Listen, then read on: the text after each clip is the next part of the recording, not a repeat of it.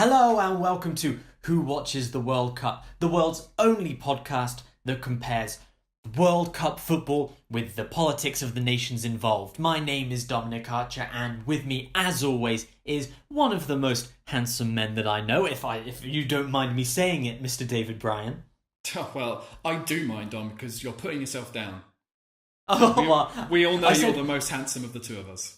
No, well, please. I'm flustered now. I thought you were unflappable as well. You've just been flapped. You know, I can't take compliments. It's one of my many, or I should say, few flaws. One of my few flaws is my modesty, as you well know.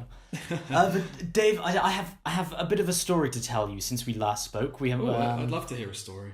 Yeah, well, you know, as I say every episode, the games in the World Cup in Russia are not timed particularly well for my sleeping pattern. Often, at the moment, I get to watch one game in the evening, and then I have to sleep through the next one, which is really unfortunate. What was even more unfortunate was that yesterday, the 2 a.m. game for me was Colombia versus England, and I thought, should I stay up for what will undoubtedly be England's last game in the World Cup? I thought, no, I don't want to watch. You know, I don't want to have to try and go to sleep feeling embarrassed, and so I thought I'm just gonna sleep. So I went to bed and was resigned to watching the highlights in the movie. But at 4 a.m. I woke up, and 4 a.m. is the exact time where the match where they come to an end. So I thought, I woke up at 4 a.m. I'll turn on the TV and just see the results. I turn on the TV. And it's bloody extra time. And there's another half an hour of football to watch, and then penalties. So, on the one hand, I'm glad I did actually get to see the England game. On the other hand, I have no idea what happened in that England game except for how it finished. So, what did happen in the England game for me to be able to watch the extra time? Well, Dominic, what a story we have. It was a very tense evening for me. As I've mentioned before, I've just moved house, so I don't have any TV or even Wi-Fi facilities up and running for me to stream the games. So I got into contact with my brother and basically insisted that I go round to his house to watch the game, watch the game with him. And something about watching the game with another person makes the tension, whether it exists or not, so much more heightened. You're feeding off each other's energy, and we're creeping closer and closer to the edges of our seats as the game goes on.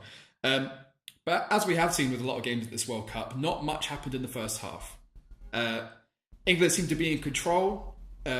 Colombia didn't seem to pose that many threats, but it was just that almost classic England feeling of, this is taking too long. Like, with all this control we're having, if we don't start being clinical and don't start putting our chances away, it's going to be one of those tense England nights that we've been dreading, and we've lived enough and suffered enough through over the years, and that's exactly how it turned out to be.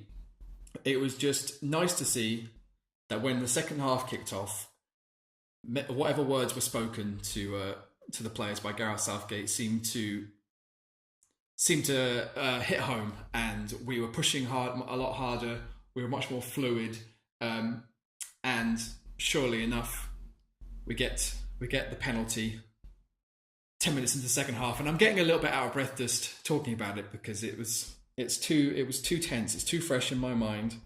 But when the penalty is awarded, we all know Harry Kane is going to step up, and to be honest, there was never a doubt in my mind that he was going to go in. So what was frustrating was the delaying tactics, if you want to call them tactics, or whether it was just pissing and moaning from the Colombian players about when the penalty was given. And it was really, I felt sorry for the American referee because he seemed to be losing control of the game, particularly at that point. I wish I knew the time, but how many minutes it passed between the penalty being awarded and the penalty actually being taken by Harry Kane, it must have been 4 or 5 minutes of constant beratement of the referee by the Colombian players. The booked player who gave away the penalty, Carlos Sanchez, I think is his name. After being booked, he just still wouldn't get out of the referee's face. And then when he was surrounded by 3 or 4 other Colombian players who were equally aggressive in their pleads to the referee, and there were so many of them were saying, "Please look at the VAR." And you could see the referee doing this whole hand to his ear thing. He's having a word with the video officials in Moscow, and you can obviously on the television footage see that he's said, "No, there's no question. So stop asking for VAR. It's not going to happen. It's been given." But then minutes and minutes went by of, especially, and it was getting to a point where the referee should have been taking a lot more harsher stand with these players. They were doing exactly what players are not supposed to do, and are supposed to be punished for, which is dissent against the referee. So I think if the referee had full control of this game, there would have been 3 or 4 yellow cards banded out in that 5-minute spell. Maybe even a second yellow card for Carlos Sanchez, who refused to step away. And it very much was like this bullying tactic that we've seen throughout many years of football, where players try and intimidate the referee or get in the referee's head or sway him with whatever tactics they can choose. And I felt the person that I was disappointed the most in that situation was Falcao, who the El Tigre is obviously the great hero of Colombian football. And throughout this tournament, I've been really impressed with his leadership. And we've talked about it. I don't know if we talked about it on the podcast, Dom, but you and I have talked about it personally, about what it takes to be a captain of a football team, and whether a lot of teams seem to just give it to their best player and not necessarily to their best leader. So with Falcao, so far in this tournament, I've been impressed that while he is their focal point, their linchpin, their hero, with that captain's armband, he also takes on the responsibility of leading his team, of being an example to his team, of organising his team, which is exactly what captain should do. So it was a real disappointment to see that he was the one most leading this assault on the American referee in that moment. And again, he probably should have faced further stronger consequences that Watford. I don't think he got a yellow card in that particular fracas, but he did get one later on in the game.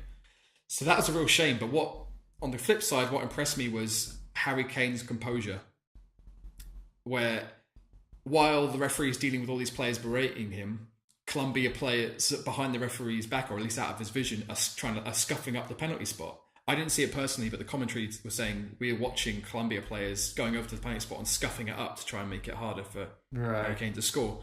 And while that's happening, other Colombia players are circling Harry Kane, trying to get in his head, trying to distract him, trying to put him off. But he just puts his head down, and he's slowly just walking away from the Colombia players, just getting focused, getting in his place.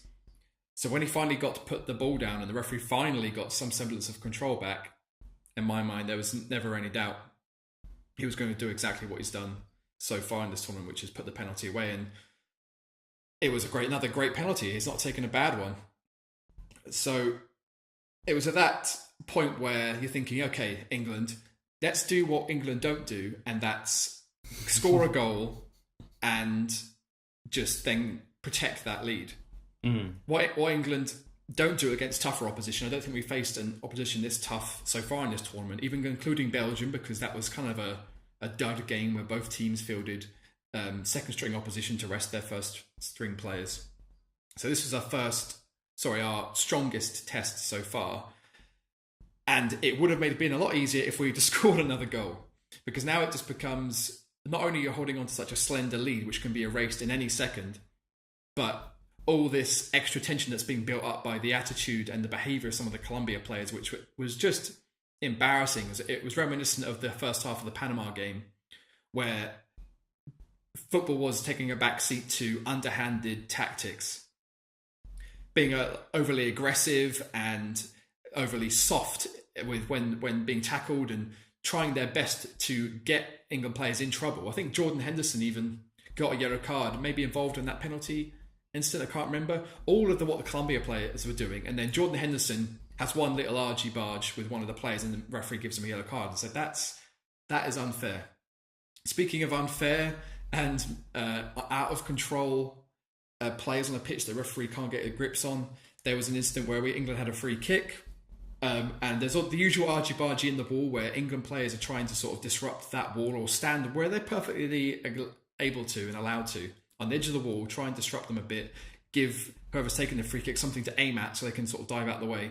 And a Colombia player very clearly first sticks his headbutts Jordan Henderson in the chest and then lifts his head to whack Jordan Henderson on the underside of his chin.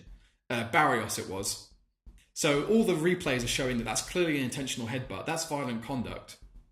And the referee couldn't see it. He was looking at the other side of the wall. But then he obviously gets told something in his ear.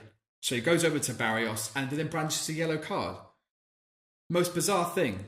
So you're yellow carding somebody for an intentional headbutt. That makes absolutely zero sense. That's inexplicable and unexcusable. If he's been told in his ear that something has happened, then he shouldn't just be taking the video official's word that something has happened and maybe you should give me yellow. If it's serious, like it clearly was, that should be an instance of please go check the VAR, go check the replays because you might want to make a decision about this. That's one of my criticisms about VAR, is that the final decision should always be with the referee. It should never be with the people watching in Moscow. That's no different from, Mark Clattenburg, who was doing the ITV referees punditry. So the guys in the studio ask his opinion at half-time about what happened. That's no different from him getting on the phone to the referee and going, you know what, mate, I think that was whatever. Like, the referee needs to make the final decision at every instance, especially serious ones like a potential red card in the knockout stages of the World Cup. So that was a real letdown, and the referee didn't do a great job of controlling the rest of the game either. He dished out so many yellow cards. I think Colombia ended up with 6 yellow cards to England's 2. That should at least been a red card. I think Barrios, after getting yellow carded, then went on to foul a number of times. Maybe should have got another one. And all of the dissent that Colombia players were throwing in. But anyway, I don't want to get too caught up in that because I don't know if you ended up catching the very end of normal time. 94th minute in injury time. Colombia get a corner, which they've been dangerous from this whole tournament, and in particular Yerry Mina, who ended up scoring from that corner. He's, I think, that's 3 headers from corners he scored in this tournament already. So then we knew that was a danger, and just that 1 second of switching off. That 1 second of switching off is what can cost you. I sat with my brother. He was getting frustrated with that whole England mentality. If we've got one, let's just sit on that. There should be, we've got one, let's go get another one. When I came in, I didn't get to see the equaliser. I came in 2 or 3 minutes into extra time itself.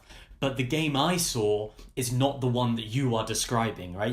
Or not the beginning of the second half as you are talking about it. The one that I saw was a dominant Colombia pushing, and watching Pickford in that England goal going, this is just a matter of time, right? It is just a matter of time until one of them slips past them. And yet again, they sub on Danny Rose. And I complained about Danny Rose in the last one. and in this one, I was watching him like, oh, Christ. He had a clear chance on goal towards the end of extra time, and he just put it wide. And I said, I was doing some mini commentary for Steve, who edits this podcast, because he was walking home from work, and I had to commentate what was going on with the penalties to him as he walked home, which was tense. But before that, I was telling him about how I feel about Danny Rose, and I said Danny Rose hasn't done anything that could be done better by empty space, or couldn't be done better by empty space, right? Like, if Danny Rose wasn't there, it would have been just as useful to the England squad as him actually being on the pitch. So that's what I noticed. But it was exactly that thing. You're in extra time. We desperately need to get a goal, and they sub on a defender. Yeah, but that was forced. I think Ashley Young had picked up a knock, and they had to make a change. I don't think Danny Rose would have been a chosen substitute, especially in extra time when it's looking likely penalties are coming. I don't think you bring on Danny Rose if you've got a choice. No, well, that was why I was confused. Yeah, you bring on what they did do about 9 minutes later, which is bring on Marcus Rashford for Kyle Walker, took off a defender, put on a forward player, even though, because of that change in the force with Danny Rose, that meant that, because Kyle Walker was obviously playing at the back, that meant Eric Dyer dropped from midfield back into the back 3, and then Rashford for those last less than 10 minutes, just played in the midfield, basically just there to like, don't mess up and just get ready to take a penalty in 10 minutes because that's probably what's going to happen.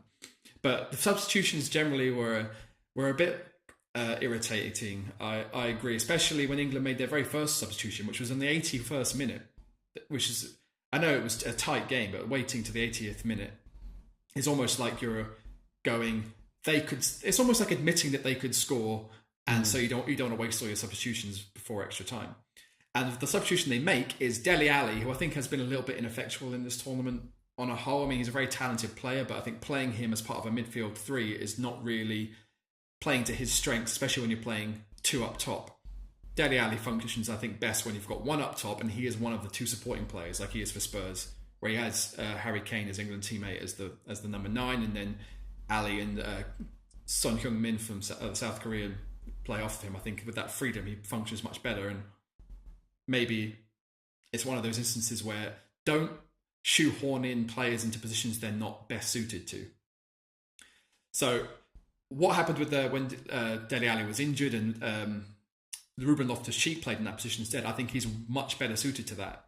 And I think maybe with the next round, if Gareth Southgate looks at changes, I'd maybe like to see Ruben Loftus-Cheek maybe start instead of Dele Alli, and maybe bring Dele Alli on later as a more forward player who, if we need a goal, that he can start creating things and being a bit more free. Because in that midfield three role, he's basically just he's confined to doing all the hard work, which is not. He did it quite well, to be fair. He did the hard work well yesterday, but his creativity was not allowed to be expressed. So that was a bit frustrating. So to take that creative player off, well, supposedly and usually creative player off, for Eric Dyer, who is undoubtedly a holding defensive midfield player, I think that summed up, well, my brother's commentary at that moment summed up the frustration, I think, of England fans watching England going, no, 1-0 is not enough. 1-0, and making a defensive change at 1-0 is inviting more pressure. And that's exactly what happened in those last 10 minutes. Colombia were in charge. So when they got that equaliser in injury time, they took that momentum into the first period of extra time, which you saw, where they were very, very dominant, and they were peppering us and making chances. And yeah, you're wondering, can Jordan Pickford stand up to this after? But then having said that, I didn't get to see any replays, which is really annoying to me because I've played in goal. I know what being a goalkeeper is like. Right before what caused the corner that Colombia scored from was a shot from distance, which Jordan Pickford saved in spectacular, world-class, once-in-a-lifetime fashion. And I saw it in the moment, but I've not been able to see it again because I've not seen another replay. But it was absolutely incredible. He had no right to make that save, but he did it. And it's just really unfortunate that the goal went in from that resulting corner. And so a 94th minute equaliser in the World Cup knockout group, that's going to be shown over and over again, but not the save that led to it. It's that bias against goalkeepers, which I think needs to be addressed by the world's media and television directors. But anyway, I am digressing. But at least following that defensive substitution, the following one was Jamie Vardy, who came on for Raheem Sterling. And Raheem Sterling, I think we mentioned before, brilliant season for Man City this year. I don't know why he's still starting for England. After the first two group games, obviously rested for the third one. I'm not sure why he's been allowed to give another chance here because he just hasn't. He's ineffectual. He's not found any form, and it was a surprise they waited so long. They waited to the 88th minute to take him off, which it's a bit infuriating, really. It's showing. I mean, from Raheem Sterling's point of view, he could do with the confidence boost of being given those chances and Gareth Southgate putting faith in him.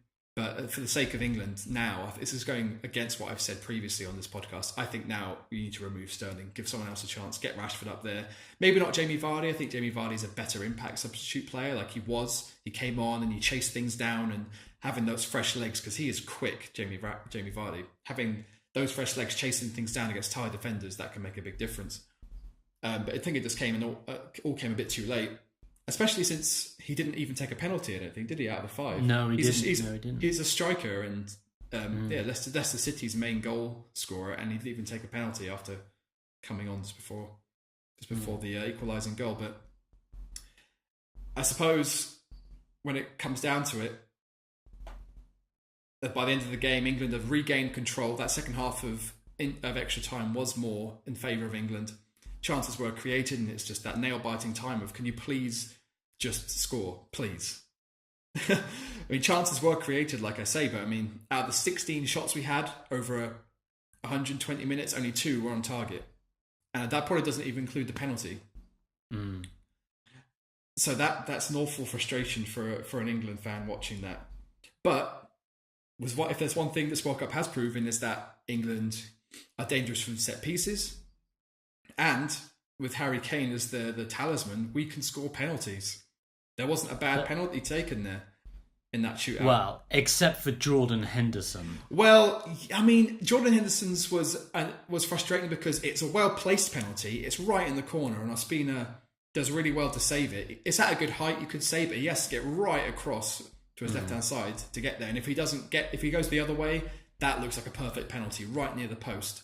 But what a lot of the pundits were saying was he's kind of telegraphed it. He's opened up his body. He's obviously going to go with his side foot, so it's always going to go that way. So Ospina, as long as he hadn't made a decision beforehand to go the other way, he could have read that and makes a good save. But other than that, even besides the one that Colombia missed, they were all good penalties too. So it's not like the England of old where they're shit. It's not like the Gareth Southgate days, is it? Well, I defend Gareth Southgate for taking a penalty in Euro 96 because it was down to sudden death at that point. And I'm not sure if managers at an international stage plan out every penalty after 5 as if expecting sudden death, or if it gets to 5, maybe 6, and then it's sudden death. I think at that point, at least in Euro 96, it came down to volunteers. And Gareth Southgate had the balls to be like, you know what, boss, yeah, I'll take one. I'm going to do it. Yeah. It didn't pay off, obviously. Yeah. But at least he had the balls to try. Could very well be one of the reasons that England is so good at penalties under Gareth Southgate, right? Like, one of the reasons we've sucked at penalties for so long is because no importance has been placed on penalty taking. It's always been, oh, we score and then we sit back, right? Exactly as you're saying. And then, oh shit, we're in penalties. And then we're completely unprepared when we get to it. But now we actually have a coach who has lived through that, who has been whenever you talk about England messing up penalties, Gareth Southgate is the guy. And him and Stuart Pearce and Chris Waddle, those are the big 3. Yeah, and now he is the manager of England, and of course we're good at penalties under him, because he's not going to have the England squad going up to take penalties unprepared, because he knows what happens. Exactly, yeah. Well, what's interesting is that, I mean, I'm sure even in previous shootouts where we've failed, we must have practiced. Like, yeah. I think especially with this new, like this generation of footballers, they've taken heed from players like David Beckham and Cristiano Ronaldo and Ronaldinho and people who would stay behind training to practice free kicks for hours and hours and hours because of people like David Beckham. Free kicks were finally seen as the weapon that they can be, and were probably following in his wake. More free kicks have been scored in world football than were before, but it stands to reason that penalties, especially if you're a young England player, following on from all of these disappointments, they're probably practiced to death as well at this point. So I don't think Gareth Southgate had to step in and go, all right, lads, let's make sure we take a shit ton of penalties and make sure we're good at it. I reckon a lot of these players have been doing it all their professional careers and could do it anyway. But what I've heard is interesting is that Southgate has got them studying the psychology of the penalty shootout. And it's not just a matter of where do you want to kick it. It's a matter of how you walk up to the penalty spot, how you stand there, what you're thinking about, what decisions you make, and handling the pressure of the moment. And that could well have proven to be the difference, as well as obviously there's, like in Jordan Pickford's case, studying the opposition and figuring out where they go. And it was interesting in his post-match interview, Pickford said that he had obviously studied them all to death. And with every penalty, they all went the way that he expected them to go, and he dived that way, except for Falcao, who went first, who had the balls to hit it straight down the middle. So he came close on every penalty that he faced, apart from Falcao's, and obviously including the one that he saved. So I think preparation has been made not only physically but mentally, but I think you're absolutely right. It's the Gareth Southgate mentality of all those years of pain that have followed that failure on the grandest stage that he's put into this squad of players that he was like, nah, never again. And he's probably the perfect manager to manage England during a World Cup penalty shootout, or any penalty shootout for that matter. Yeah, I think you're right. And I feel I should take the time now. We'll be speaking about Jordan Pickford, and Trippier took a penalty as well, which he scored. We said about Jamie Vardy, didn't get a chance to take a penalty, but he was important in closing down Colombia's defence. Yeah, very much. I have been informed and sworn to tell you, Dave, and the podcast, that the reason that Trippier and Pickford and Vardy have been so effective, both for the England squad and in the Premier League, is that in the year 2012, all three players played against Bath City. Now, that was a piece of trivia from Alex Musselwhite, and he is always good for trivia, and that I feel is a perfect reason. Falcao hasn't played against Bath City, and did Falcao win? No. So there we go. Why was Pickford so good? It's because he's had to weather the storm of Twerton Park. That's why. Bath City, all the way. You're welcome, England. You're welcome, England squad. So I think we've done the England-Colombia game to death now, Dave. England managed to win on penalties. Thank Christ. Good work by Pickford there to save the penalty, and we got kind of lucky with with hitting the crossbar at the end. But I'll take it. Yeah, so, and good on Eric Dyer as well for in that definitely moment, that high pressure moment, to put his away and not bottle it as well. That's good on him too. Yeah. Well, we're looking at Harry Kane in this game. He is still the golden boot so far in the World Cup. Harry Kane he has scored the most goals so far, although granted with 3 penalties. But as you were saying, given England's reputation of penalties, that's not. I guess I shouldn't play it down too much. Whereas the GOATs, the greatest of all times, are out of the tournament already in the last 16. Argentina. See ya. Argentina, led by Lionel Messi, lost 4-3 to France. Portugal, led by Cristiano Ronaldo, lost 2-1 to Uruguay. We've spoken for a long time, since basically the second episode, I think. What the hell happened to Messi in this tournament? But for Argentina to go out in the last 16, they were in the World Cup final last time. Do you have any final words? Any signing off words for Messi and Ronaldo? Wow, I mean that was a strange day, and what a way to kick off the knockout rounds as well. Those two ties, especially, were pretty mouth-watering anyway. But for them to happen the way that they did, Messi and Argentina, we talked about them a bit in previous episodes, but what it did happen eventually in their group, in Group B, was it Group? No, not Group B, Group D, were they? But anyway, they did kind of what I hoped and expected they would do, which was show up against Nigeria in their final. And I was watching that game thinking, who's the catalyst for this? Because Messi was playing like Messi all of a sudden, and Argentina were playing like Argentina all of a sudden against Nigeria. And I'm wondering, which way round is there? Where's the causality? Is Messi playing well because his team are playing well, or are the team playing well because Messi is playing well?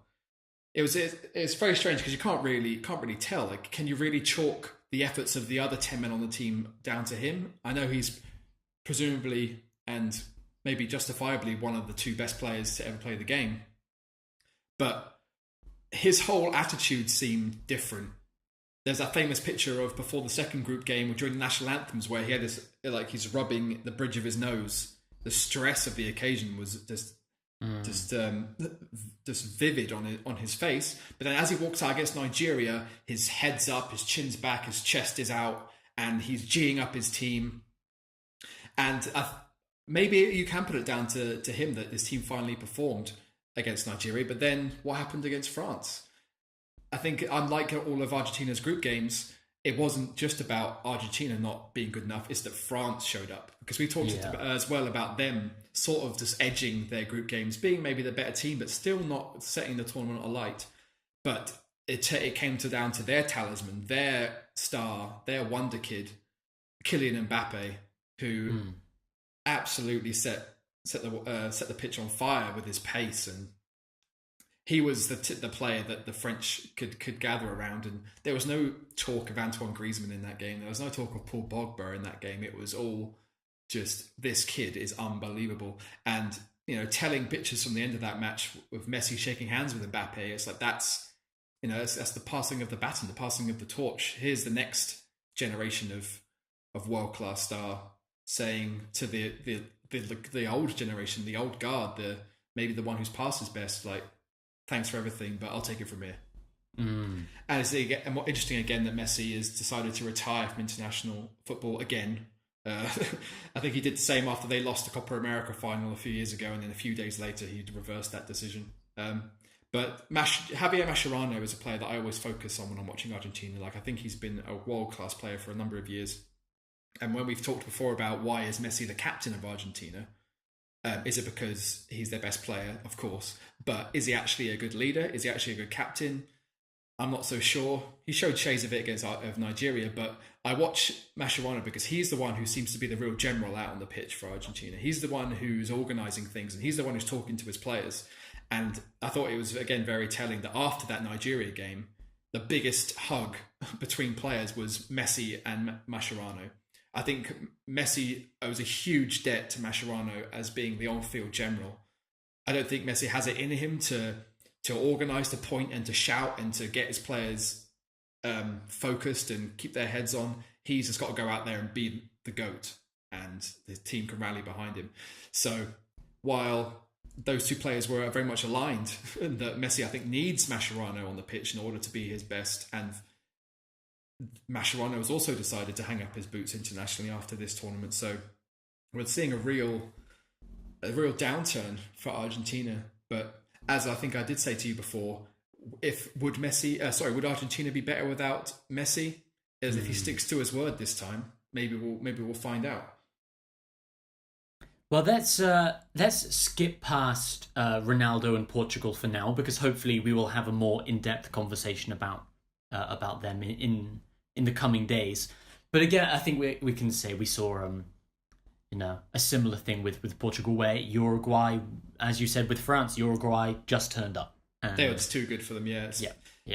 So then Edison Cavani and Suarez finally combining the way that they're expected to, and that was just too much for those old guard at the back for Portugal. Yeah. So the next game after that, the next day was the easy bet. You're looking at the next game going, if I'm going to stick a fiver on something, Spain v Russia. I mean, come on. It's the home team. And they showed up in the first couple of games against Saudi Arabia and Egypt. Russia really turned it on, but it's Spain. So, that's we can move on. Wait, what? Spain manage a 1-1 draw in normal time because Russia scores an own goal. Yeah. Then in penalties, Russia win. How does Russia win this game? I don't. Iniesta is on the pitch. Piqué is on the pitch. Ramos is on the pitch. We end up basically with the battle of the keepers. The two greatest keepers in the World Cup, from my opinion. Yeah, I was going to say David De Gea and Igor Akinfeev, who is the greatest footballer from Championship Manager 2008, and if he's still playing, that still counts 10 years later.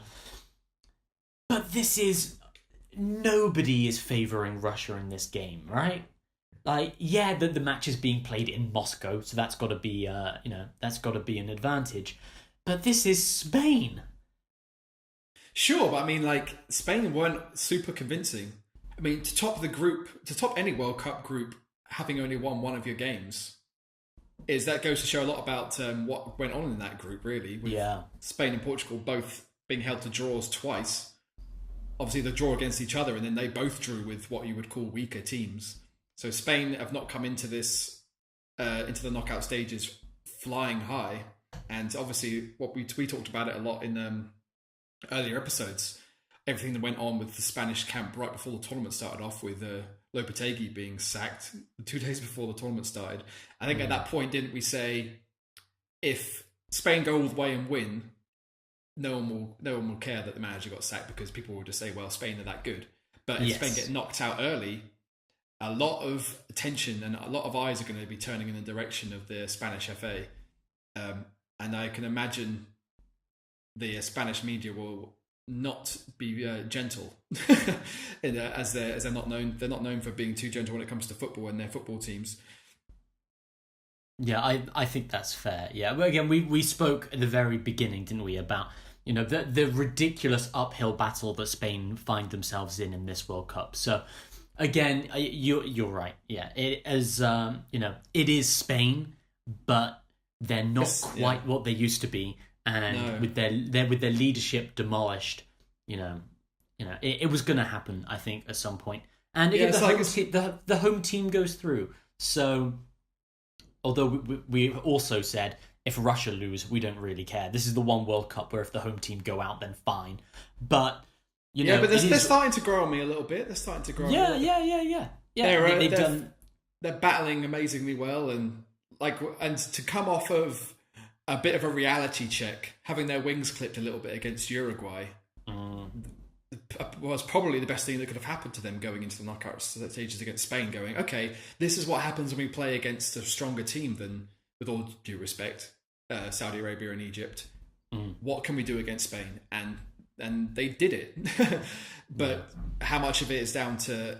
I think you've got to give Russia a lot of credit for that, but then, you're looking at what's going on in Spanish football right now, and comparing it as well to what's happening with German football right now. These two great behemoths of modern world football have both floundered, and the old guard are being... Their chinks are being shown. The chinks in their armour have become visible, and they're human after all. Well, then we move on to Croatia-Denmark, which kind of ended the way everyone expected it to. It was kind of an exciting first 5 minutes, and then a drag for 125 following minutes until the penalty shootouts. I'm sad to see heartthrob Kasper Schmeichel go out.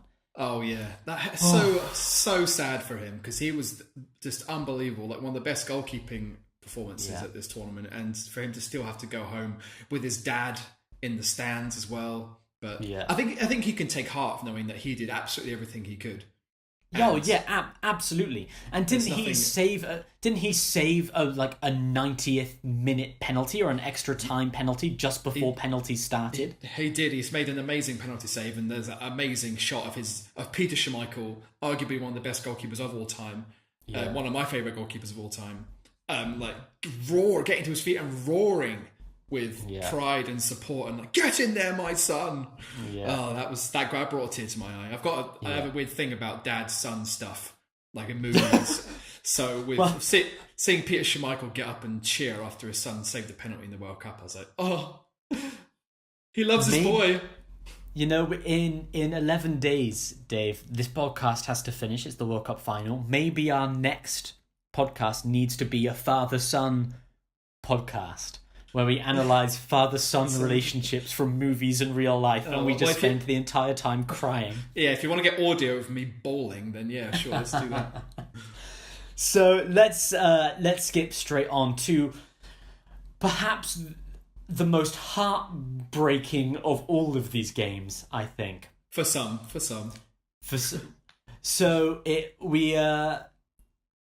the first half is pretty boring. Then 48 minutes in, Japan get a goal against Belgium. And we're thinking, wait, what?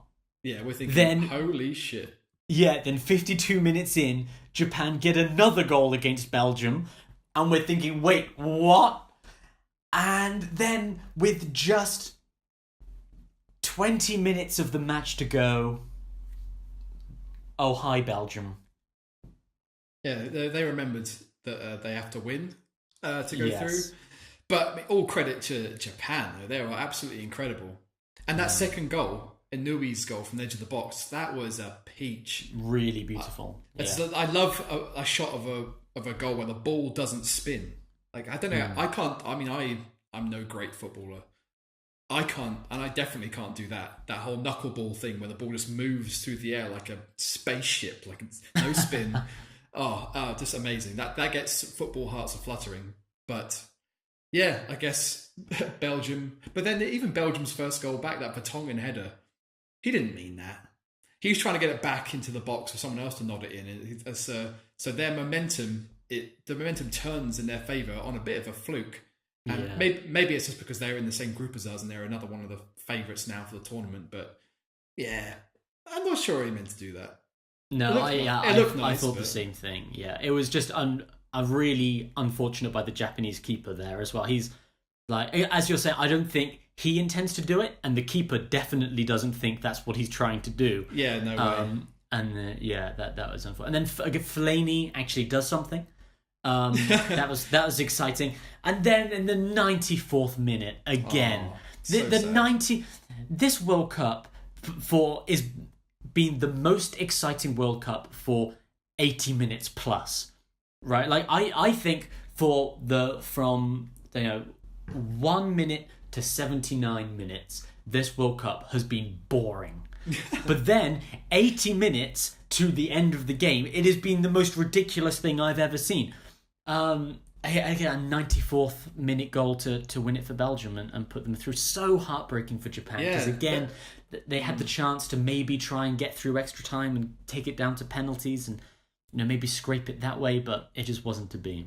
Yeah, I think looking at the beginning of the tournament, before this all started, nobody was thinking Japan are going to get to the knockout stages. Yeah. And even more so, nobody thought they would almost get to the quarterfinals, that Japan were not in anybody's mind to even get out of that group, let alone put a real scare into a team like Belgium. So good on them. And yeah, you're right. The number of injury time goals in this tournament has been staggering. So it's great that kind of drama exists, but that, us as we've talked a lot about being in favour of the underdog. Absolutely. You kind of feel sorry for Japan, but Belgium are definitely a strong team, and the teams that can stand up to big challenges and stay focused and not get rattled and play and create chances right until the final whistle, they're the ones that get through. And we've seen that with Brazil and their last group game, getting a couple of goals against Costa Rica right at the end, and England against Panama and against Colombia, faced with real aggression and violence and mind games and underhanded tactics, just keeping their cool and not rising to it and seeing it through to the end. And that kind of pressure can get the better of a lot of teams. So I think those are definitely there seems to be at least the teams that are have what it takes to get results, even when it seems unlikely, or at the very least seems hard. So then we are left with the two matches that I consider to have been the most boring of the last 16. Sweden versus Switzerland, I was hoping was going to look boring on paper, but then actually turn out to be, to surprise me. Yeah. And it didn't. Switzerland, I was rooting for my Kosovo boys, and we were flipping the bird from across the world. I was flipping the bird towards the TV, like, come on, boy, come on, Albania. And nothing happened. Sweden scored a goal in the 65th minute, and whatever, they got through. And then finally, the last one we are going to speak about for today, this was my pick for the best game of the last 16, and it turned out to be a bit of a shit show. It was. That was the only one that we watched simultaneously, wasn't it? We were speaking as it happened, and it was like, well, of all the games we could have actually watched together from across the world via technology and the internet, it was a bit like, oh. So is that, I think, going to happen soon, maybe? I don't know. Yeah, Brazil, Mexico, a 2-0 Brazil win with Neymar winning the Razzie Award yet again. Yeah, Uh, slightly ridiculous. embarrassing. It is embarrassing. Because again, we expect it for more than a certain extent, right? Like, of course, we expect players in the way the football has gone now to roll around on the floor, like you know they Yeah, that's what they do. it's a But bit. this It's a was bit plague. next level. This was like actually watching is cringeworthy. Absolutely. It's not like looking at the TV and going, "Oh, come on, get up." It was that, and then it got past that point to being like, "Oh, dude, your mum's watching." Yeah, don't you have kids? You know. Like, do you really want to see? Do you want your kids to see their father behaving like this, or are you trying to send a message of this is how modern football works and this is how you get an advantage? Which, because even that is just a bit despicable. But Yeah. if I can just quickly say, if you can defend him in any way for this kind of thing, he's got to be one of those players who gets fouled a dozen times every single time he plays a game. And I'm sure this has happened to him throughout his life playing football. What happens it must happen when you're one of those ultimately skillful players. And I've known a few, I'm definitely not one of them myself, but you're going to get kicked. If your feet move that quickly and you can bamboozle your opposition, they're going to just start acting desperate to try and stop you. And you're probably going to get fouled a lot. You're probably going to get kicked a lot. You're probably going to get pushed over a lot. So it takes a lot, I think, of restraint and show a lot of character to just rise to it. Sorry, not rise to it, rise above it and remain calm and remain strong and be a good example. Harry Kane has done that, I think, for England, where he's being fouled left, right and centre, but he just gets up. He gets up and carries on. He doesn't whinge, doesn't roll around. I think there was a stat, actually, that in the first game, maybe it was Brazil's first group game, where he got fouled, I think the second most amount of times that any player has ever been fouled in one game in a World Cup. And I think the number one time was Gary Lineker. I think in one World Cup he got fouled like 10 or 11, 12 times in one match. So if you're Neymar and your career is spent being expected to perform magic on the world stage, scoring great goals, going by players, showing skill, but you're constantly, your main obstacle is your opposition lumping you one every time they get anywhere near you, there's going to be some frustration there. And I'm not condoning how he behaved in this instance. I think that whole feigning injury, falling down, trying to get other players in trouble is the worst part of football. And I would eradicate it in a second if I had the power. But as a human being, you can understand sometimes you must just get fed up and be like, well, if no one is stopping this from happening to me, what can I do to try and bring it to someone's attention? And so that he certainly managed that.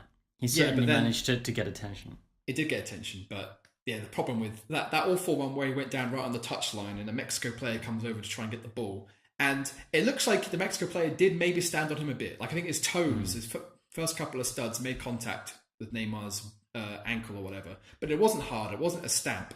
And then that roly-poly shit that he was doing, it ever seemed like a turtle that gets turned over and then can't right itself. Yeah. It was like that, but dialed up. It was absolutely ridiculous. And I hope that he can look back on it himself and be like, oh, the whole world saw me do that. That's a bit embarrassing. And I really hope he's not the kind of guy who watches their back and goes, look what that guy did to me. And completely ignores the spectacle of himself that he made. Yeah, well, speaking of trying to get attention, 3 of the Mexican players dyed their hair blonde for this match. For some reason. Did you manage to find out why? I couldn't find any reason why. Maybe they just fancied it. Maybe they just fancied it. I think there was some of the media said that it was to take the mick out of Neymar's noodle haircut thing that he had in the beginning, which he apparently realised was a bit of a mistake, and he's dyed his hair back to its normal colour. But maybe that was a bit of a practical joke, a bit of mind games to try and wind him up a little bit. Yeah, but I don't know. It is a shame to see Mexico go out at this point, because again they were so happy when the South Koreans got that victory against Germany and put them through to the next round. Yeah. Do you have any comments on the Mexicans for just how they didn't even get a goal in this game? Yeah, it's a shame. I think they were one of the teams that impressed, at least in the first two group games. They're obviously surprising the world by beating Germany, and then they had to come through a tough tie against South Korea. But then maybe they started to run out of steam. They always seem to be working very hard, and I think they captured a lot of hearts and minds with their work rate. But then going out of not going out, but finishing the group with a 3-0 loss to Sweden. I don't think after those first two games, I don't think anyone was really expecting that. After Sweden had just scraped past South Korea and had marginally lost to Germany with again a 95th minute goal from Toni Kroos or whatever time it was. So maybe it was a case that they have run out of steam a little bit, or similar to Russia, in that the opposite, I suppose, to Russia, in that they had their tough game, which obviously gave them loads of momentum and confidence, and then they realised that I wonder if you play your toughest game first, when it comes to your second game, which is arguably weaker, you think, we beat Germany, maybe we don't have to try so hard. And then South Korea, like I say, is edged, and then if that attitude carries on to Sweden, then they get trounced and they only go through because South Korea pull off one of the best World Cup stories ever, and I'm still a little bit excited about that. That was so much fun. Yeah, that was great. Yeah, but maybe the steam ran out of Mexico a little bit, and as much as we like them, I don't think they really had much to offer going forward. Only scoring, I think they scored 3 goals in the whole group stage, and none against Sweden, none against Brazil. So it's a shame, but Brazil deserved to win. Yeah, frankly, it's not surprising that the Mexicans are so exhausted, because now I'm going to swap over to the other part of our podcast, Dave. So the political analysis talk about football for so long. Yeah, God. We've got here 54 minutes of football, and that's it. I'm going to rail now. This podcast is going to be 2 hours long because I'm finally getting my chance. I can't wait. There we go. Well, Mexico has just 3 days ago, so just around the same time as the match took place, gone through its largest general election ever in its history. This was not only a vote for the president. This is also a vote for the Congress, for local elections, for the lower house and the Senate. This is mayors and everything all happening at once. There are 18,000 elected positions open on one day. 18,000. How insane is that? That's ridiculous. Imagine you have a country, and then on one day, 18,000 of the people in charge of the country, from your mayor to the president of the country, could all change in a single day. It's essentially a democratic revolution. And it has been violent. This has been one of the most violent elections in Mexican history. More than 130 candidates and political correspondents, journalists, 130 murders of political candidates and people involved in the election. Holy crap. It's been crazy. But one of the reasons that it has been so crazy is the way that the Mexican presidency is set up. So much like the American presidency, the Mexicans have a term limit. Whereas in the UK, you could be the prime minister for as long as people vote you in. But in Mexico, you can only be the president for 6 years. So once you've been president for 6 years, you have to go out and someone else has to come in. But while that is the case, in the last 100 years, only 2 political parties have held that office. So although the presidents change every 6 years, the actual party in charge has been essentially the same for over 100 years. There have been very, very minor changes over that time. And this has seen the infamous rise of the cartels and political corruption within Mexico, to the point where it's a literal joke within Mexico itself. It's got so extreme that last month Coca-Cola left Mexico. They shut down their bottling plant in Mexico because of cartel threats. Then 2 weeks ago, Pepsi shut down their bottling plant in Mexico after gang threats.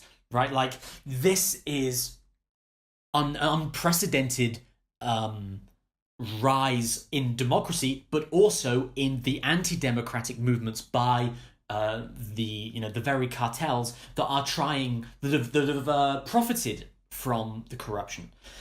So the person who won the election, Andres Manuel Lopez Obrador, he's more commonly known by his initials. He just goes by AMLO.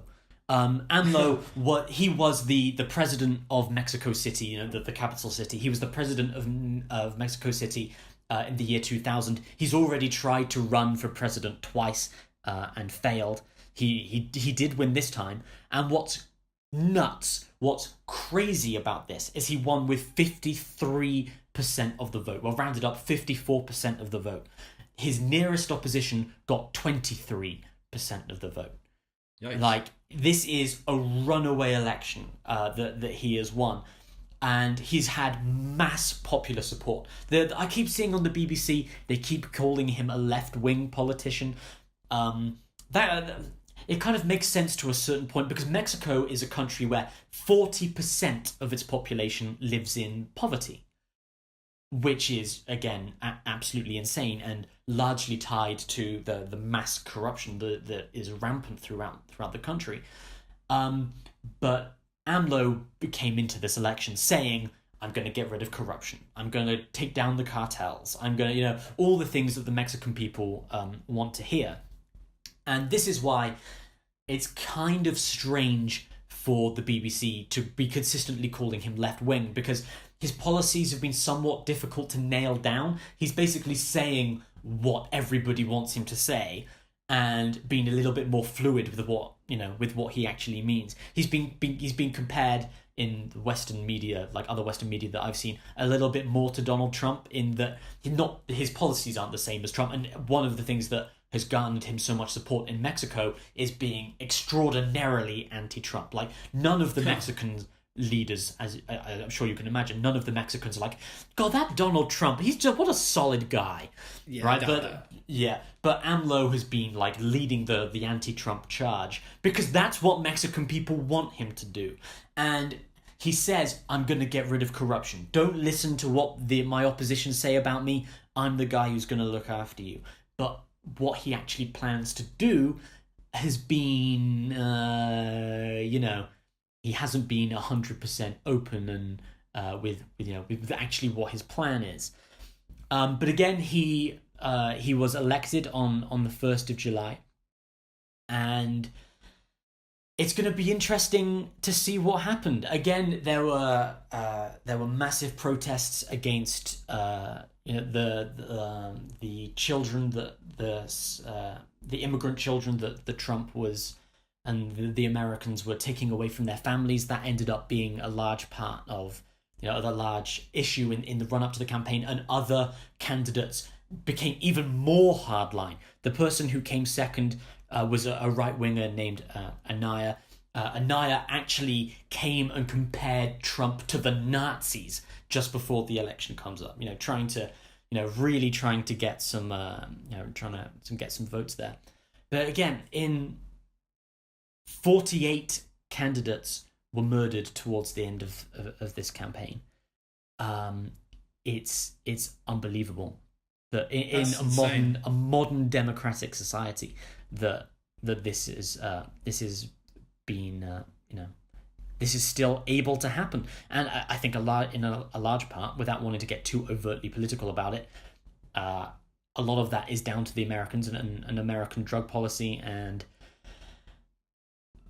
that it has just been this boom in this stronghold now that they have, where the cartels are essentially untouchable. Because if you are a candidate and you run on an anti-cartel campaign, they'll kill you. And that's not just an open threat where maybe in the 1920s in the States during Prohibition, if you wanted to run against prohibition in Chicago or New York, maybe your Al Capones or your mafia, they would have made a threat about whacking you, but the heat that it brings down, murdering a political candidate, is so large that the mafia would have made that threat and then probably not followed through on it because they would have been crushed by the police. But in this case, they'll do it. They will kill you. And that is, a large shadow to be going over 18,000 elections all on the same day. To know that, that there is there is a real threat, and candidates were murdered on the day of the election. They were killed. That's almost unimaginable. Like even the last British or English, is it British? Yeah, British general election. We were worried about like vote tampering or Russia getting their fingers involved and whatnot. But then, the people running weren't fearing for their lives. Yeah.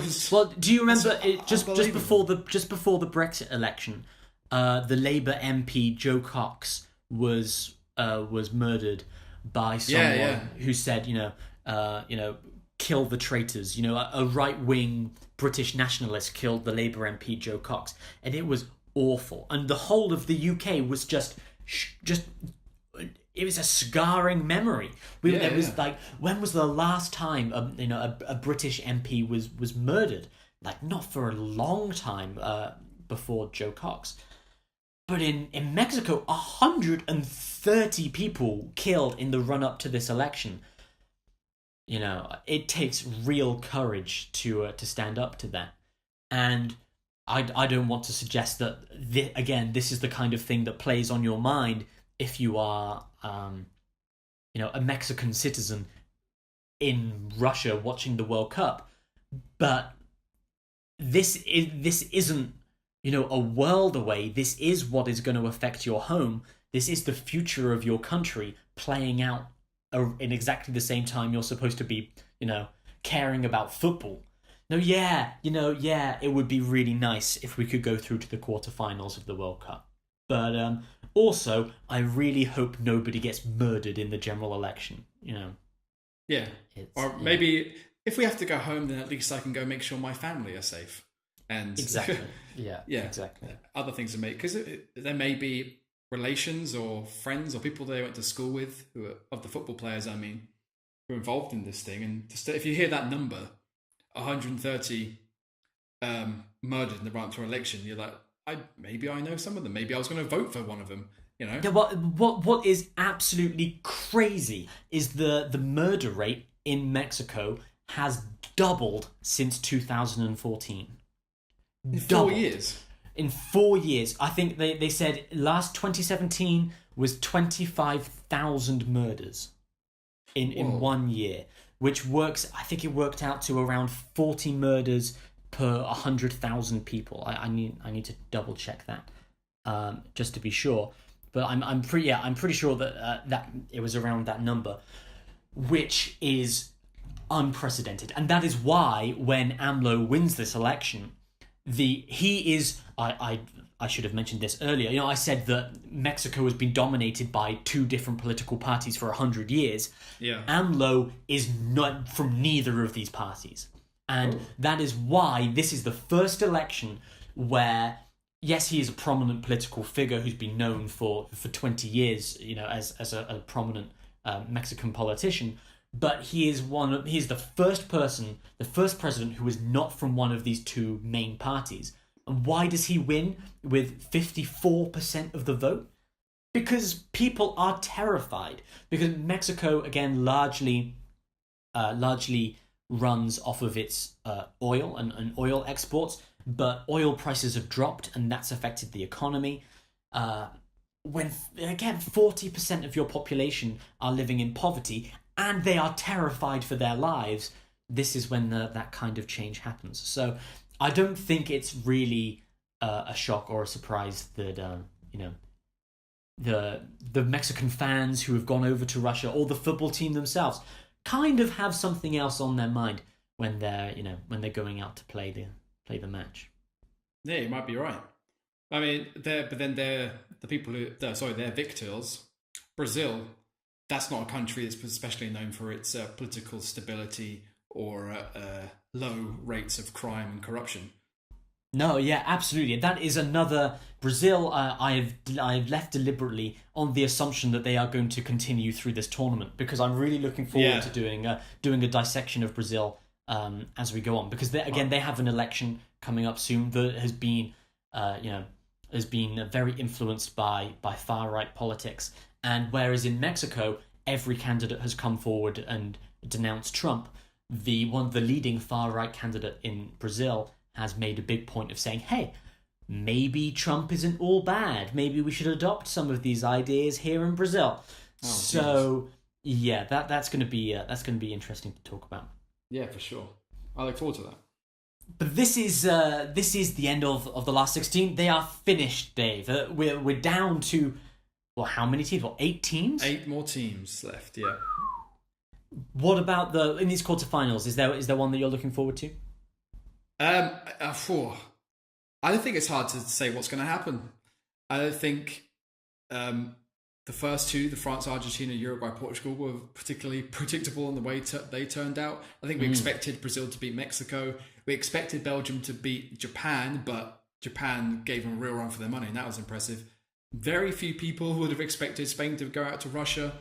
I think we could say we were expecting Croatia to beat Denmark, although I would have expected personally they would have done it in normal time and not needed extra time and penalties to knock out Denmark, who again have showed up and done well, but Croatia was so strong in their group that I'm impressed that Denmark managed to hold them for that long. Sweden and Switzerland could have gone either way, and like you say, that was one of the more boring games with only one goal and not much else happening. And yeah, the tension and the drama of Colombia, England was something to behold. So it's who can say what's going to happen next? I mean, Russia are a bit of a surprise package going into the quarterfinals, and Croatia, like I say, haven't been good in the groups, but they're not so comfortable in the round of 16. That can end up being a good tie. I fear for England against Sweden just because I think the world sees that as an easier tie than England versus Colombia. So I just hope England go out there and go, if we're going to make sure we win, let's roll over them. Let's just hit them. Let's just see if they can withstand our attacks, because Sweden didn't show an awful lot of threat going forward, either against Switzerland or in their group stages. And I think their centre-back captain, Andreas Granqvist, has scored 2 of their goals, 2 penalties. So hopefully, I think that England's defence is fairly strong as long as we maintain our concentration. I think the problems we've had defensively have been from errors, so I would just hope that we can stay focused and then let our attackers just get the goals. I think you're looking at the top half of the draw for the real heavyweight clashes. Uruguay versus France. If France do what they did against Argentina, and Uruguay continue to be strong like they have, then that could be a real dramatic event. And Brazil, Belgium, considered to be 2 of the best teams, maybe 2 of the favourites. Who knows what could happen there? Which Brazil's going to show up? Which Belgium's going to show up? So that's a hard one to predict as well. So I'm so glad that of all the years we've decided to do a World Cup podcast since we've known each other, we've done it this time when it's been such a interesting tournament, both from a footballing perspective and, as you've illuminated to myself and our listeners, are all the political. I'm going to say machinations, I'm not sure that's the right word, but the political toing and froing and dynamics that are involved in it as well have been fascinating. Yeah, it has been really exciting. And one of the things, again, that I like about this so much is that, as you're saying, it is kind of top heavy. You have these clashes between Uruguay and France and Brazil and Belgium, which could very easily have been the final. Normally, like that, those are 2. If that Uruguay and France had been in the final, I wouldn't have been surprised, or Brazil and Belgium especially. But with a weaker lower half, it really gives us the opportunity to see weaker nations, or not traditionally semi-final nations, make it further in the World Cup. And